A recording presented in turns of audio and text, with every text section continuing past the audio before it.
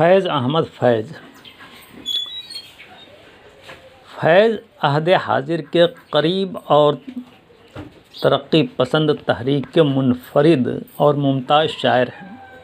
مجموعی طور پر اقبال کے بعد بر صغیر میں فیض سے زیادہ ہمانگیر، اثر آفریں اور سحر تراش شاعر کوئی دوسرا نہیں۔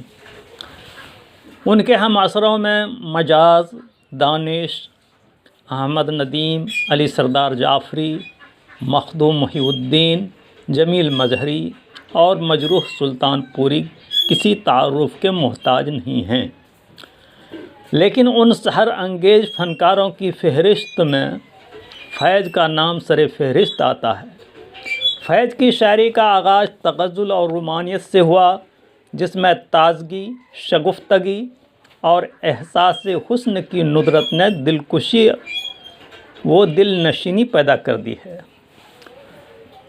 دست صبا فیض احمد فیض کا دوسرا مجموعہ کلام ہے جو ان کی شاعری کے دوسرے دور سے تعلق رکھتے ہیں۔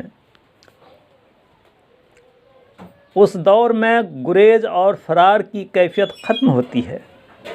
جد و جہد کی خواہش نے ان کے اسلوب میں دھیما پن اور لطافت و نزاکت پیدا کر دی ہے۔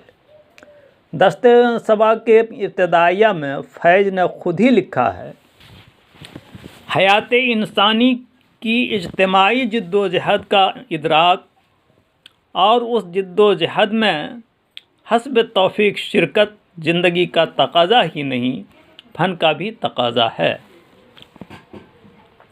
اگر اس مجموعہ کو غیر نظر سے دیکھا جائے تو میرے ہمدم میرے دوست، صبح آزادی، لوح و قلم، سورش بربط و نئے، توق و دار کا موسم، سر مقتل، دو عشق، اے دل بیتاب ٹھہر اور شیشوں کا مسیحا کوئی نہیں میں نظریہ ادب اور زندگی زیادہ بالیدہ، مستحکم، معین اور دلکشی جمالیاتی منزلوں سے گزرا ہے۔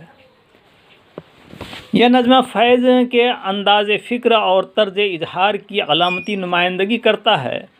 فیض کی فنی انفرادیت مروجہ اصطلاحات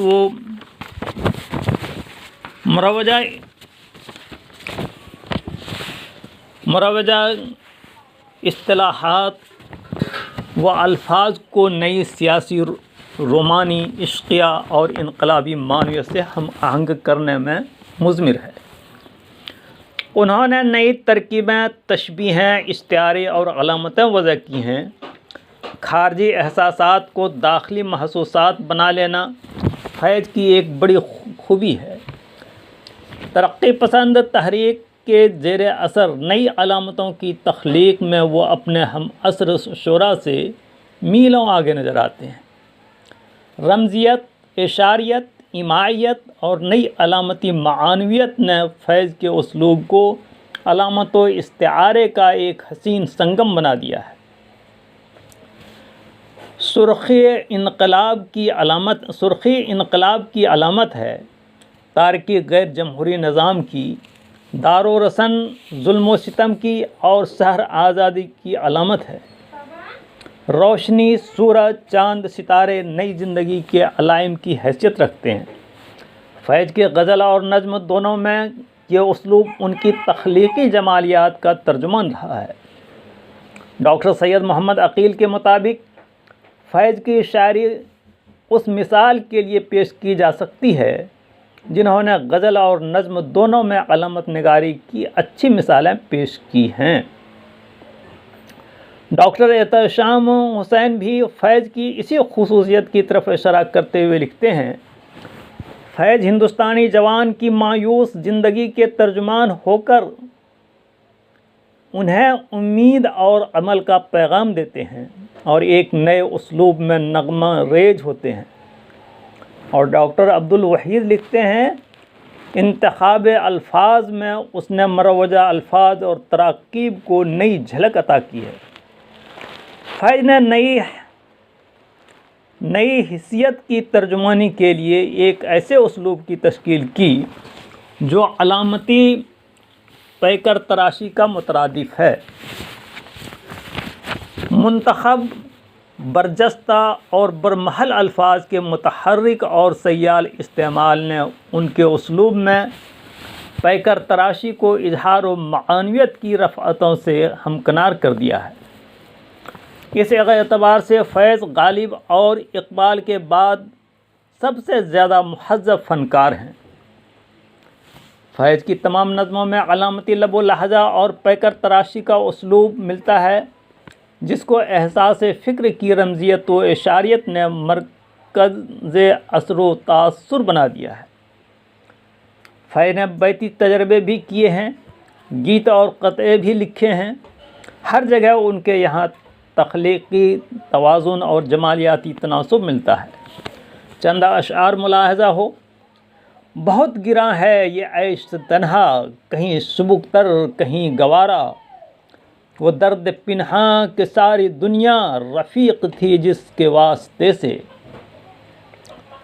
تم آئے ہو نہ شب انتظار گزری ہے، تلاش میں ہے سحر بار بار گزری ہے، جنوں میں جتنی بھی گزری یکار بکار گزری ہے، اگرچہ دل پہ خرابی ہزار گزری ہے،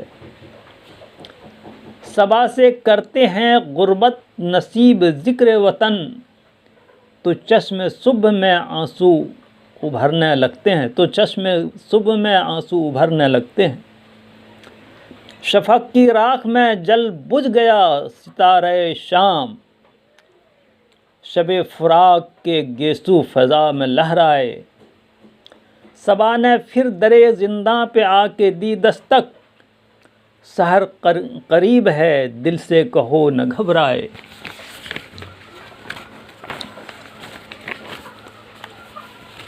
رنگ پیراہن کا خوشبو زلف لہرانے کا نام، موسم گل ہے تمہارے بام پر آنے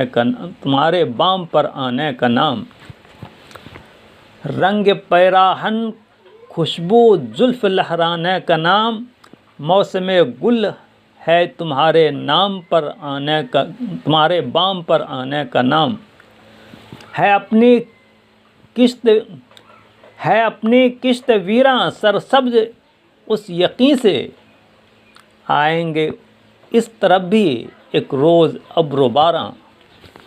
مذکورہ غزلیہ اشعار میں پیکر تراشی کی تہداری، لہجے کے دھیما پن اور فنی تقاضوں کے احساس نے فیض کو اپنے ہم عصر شعراء میں ممتاز و ممیز کر دیا ہے۔ کلیم الدین احمد لکھتے ہیں، فیض میں دو چیزیں ہیں جو ترقی پسند شاعروں میں نہیں ملتی۔ پہلی چیز تو یہ ہے کہ فیض کو نظم کے فنی تقاضوں کا احساس ہے، وہ ان فنی تقاضوں کو پورا کرنا چاہتے ہیں۔ دوسری چیز جو فیض میں ملتی ہے وہ ایک قسم کی خود ضبطی ہے۔ علامہ سرور نے لکھا ہے، فیض صاحب طرز ہونے کے ساتھ ایک باشعور شاعر بھی ہیں۔ ڈاکٹر خلیل الرحمن اعظمی لکھتے ہیں، ان کی شاعری میں انفرادی طرز احساس، داخلی سوز و ساز، ابہام، دھندلکا، پراسراریت، رمزیت، نئے استعارے، فنی تراکیب، نئے امیج اور نئے پیرائے اظہار کی وجہ سے ایک نوع کی تازگی کا احساس ہوتا ہے۔ درجہ بالا اقدار فن اور خصوصیات سخن نے اقبال کے بعد فیض کو بر صغیر کا سب سے اہم شاعر بنا دیا ہے۔